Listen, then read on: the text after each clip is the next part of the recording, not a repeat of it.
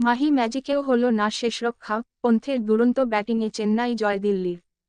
Video শুরু করার আগে আমাদের চ্যানেলটি সাবস্ক্রাইব করে, ভিডিওটিতে লাইক শেয়ার কমেন্ট করে আমাদের সাথেই থাকুন। দীর্ঘ ৯০৩ দিনের প্রতীক্ষার অবসান ঘটিয়ে ঋষভ পন্থের ব্যাট থেকে এলো হাফ সেঞ্চুরি। উল্টো দিকে চলতি আইপিএলে চেন্নাইয়ের ২ ম্যাচের অপেক্ষা শেষে তৃতীয় ম্যাচে এলো সেই মহেন্দ্রক্ষণ। ব্যাট হাতে দেখা গেল মহেন্দ্র সিং ধোনিকে। নেমেই বোঝালেন, বয়স সংখ্যামাত্র। সেই পুরনো ছন্দেই হাঁকালেন ৪ ছক্কা। কিন্তু তাতেও শেষরক্ষা হল না। পর ২ ম্যাচে হারের পর অবশেষে জয়ের মুখ দেখল পন্থের দিল্লি ক্যাপিটালস। দিল্লির জয়ের রাস্তা শুধু ব্যাটাররাই নয়, সহজ করে দেন বোলাররাও। ৩ ওভারে ২১ রান দিয়ে ৩টি উইকেট তুলে নেন বাংলার পেসার মুকেশ কুমার। আর মিডল অর্ডারে শিবম দুবে আউট হতেই আসে সেই মুহূর্ত, যার অপেক্ষায় ছিলেন ক্রিকেট প্রেমীরা। চলতি মরশুমে প্রথমবার ব্যাট হাতে নামলেন ধোনি।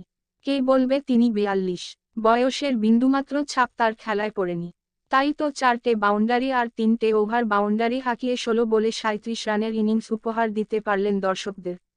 আরও একবার অনুরাগীদের বলার সুযোগ করে দিলেন, মাহি মার রাহা হ্যায়।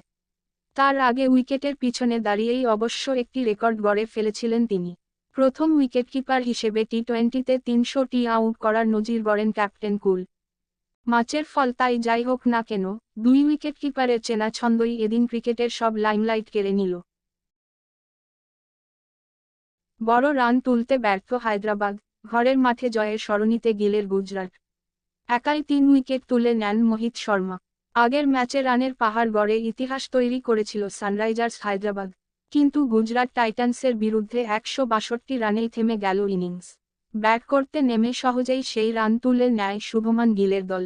গুজরাটের নরেন্দ্র মোদী স্টেডিয়ামে ৭ উইকেটে ম্যাচ জিতে নেয় টাইটান্সরা।